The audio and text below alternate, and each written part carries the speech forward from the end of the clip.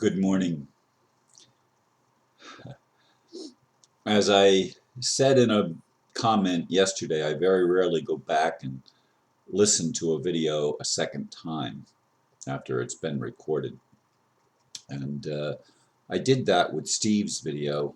Last night I went back and listened, and Steve said some really remarkable things, and the discussion was really good. So if you haven't had a chance to hear yesterday's video, uh, I'd encourage you to go and listen to that. The video for today uh, sort of follows up on some of the things we talked about there, and the title is a question: Is tribulation necessary? Since my teenage years, I was taught about the Great Tribulation, a time when all hell would break loose on earth, followed by the second coming of Christ. There were, of course, varieties of opinion in how this was to occur. Frankly, I think tribulation or testing has been going on in our individual lives for a long time. It's not something in the future. Lately, I've been leaning more toward the idea of a transition from an old paradigm to a new one. And the new one does not require a great tribulation, at least for those who tune in to the greater message that Christ is and always has been in us all, even when we use a different name. Personally, I look for these changes to take place at two levels, depending on where each individual is in his or her awareness and evolution.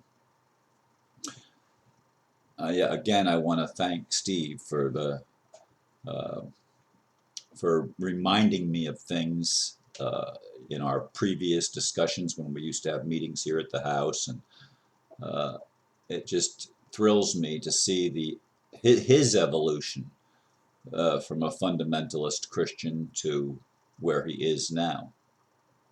And I have fundamentalist Christians write to me and think that what the church has been teaching is gospel, is the truth.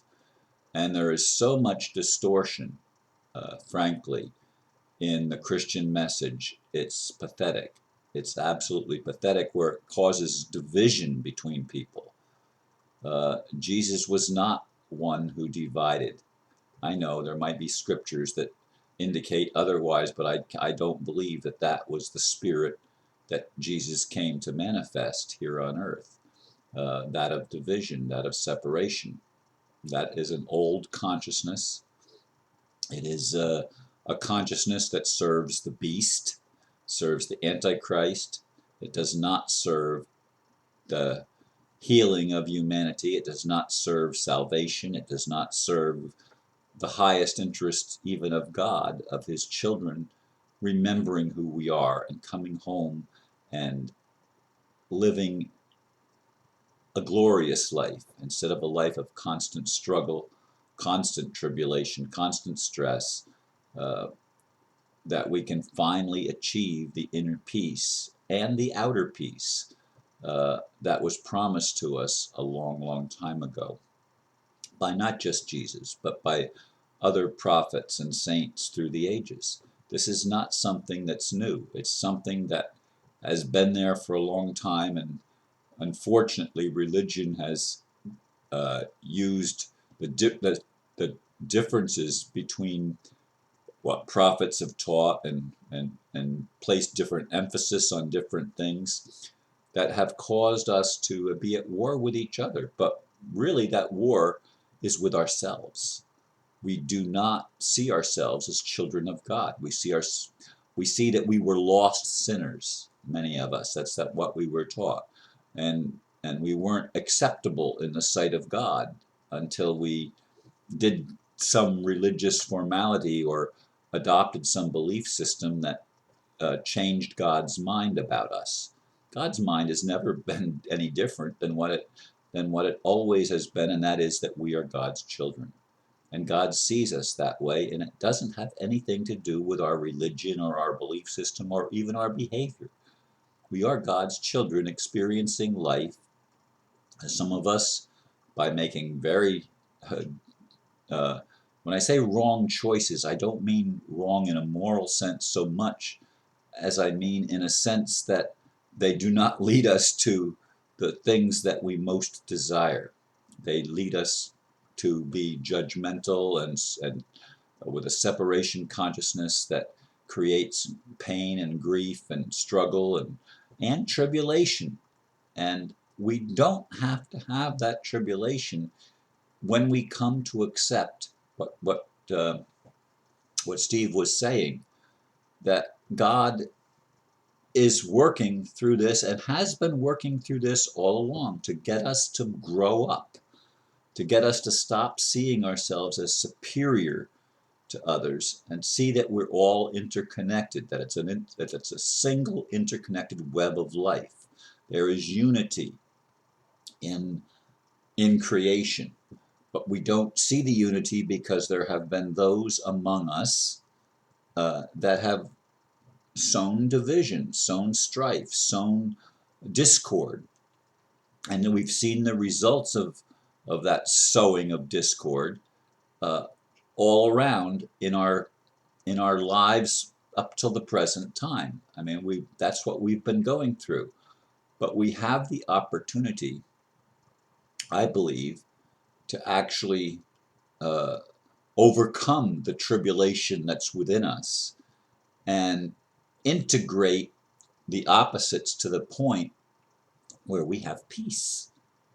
And we don't have to constantly struggle because we recognize that it's all God. It's all God working everything out for the highest good in the long run. That's the aim, that's the intention, and that will be the result. And we're at that time now where the awakening is occurring and people are coming together. Someone commented on the video with Steve, one of my most recent comments. There were actually 4 of them by the same person, and one of them was basically a challenge. Let me go and just quick look at that. Uh, and you said you had. This person commented. You said you all have an amazing community. Can't believe I got to play the role of opinionated jackass, but aren't those contempt and sailed on to new shores, new agers not interested in stolen homes or anything negative they could easily have a hand in altering? Well, let me say that yeah, some of the new agers get lost, just like we all do, in looking at focusing on a certain thing at a certain time, but we're all coming around to seeing the bigger picture. Ultimately, that's what's happening in this time of awakening. We're going to recognize the bigger picture, and we're going to recognize the brotherhood and sisterhood of humankind. We're going to recognize the hand of God in places that we perhaps did not recognize it before. And there's going to be huge changes. I mean, huge changes are in the works right now coming. That's why we had the 4 blood moons in 2015, the 4th one just a couple days ago. And that's the first year, and it's going to be some decades before we see 4 blood moons in a single uh, year again. Uh, and this is significant to a lot of people, and the signs are there for us to see that the kingdom of heaven is being uh, manifest in ways that we may not have noticed before.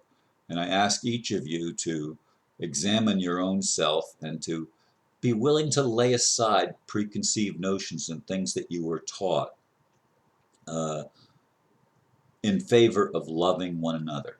I mean, not judging one another, but loving one another. And I guess on that message and in that tone, I leave you for today, and I say namaste and thank you again for listening and for your continuing support. God bless you each.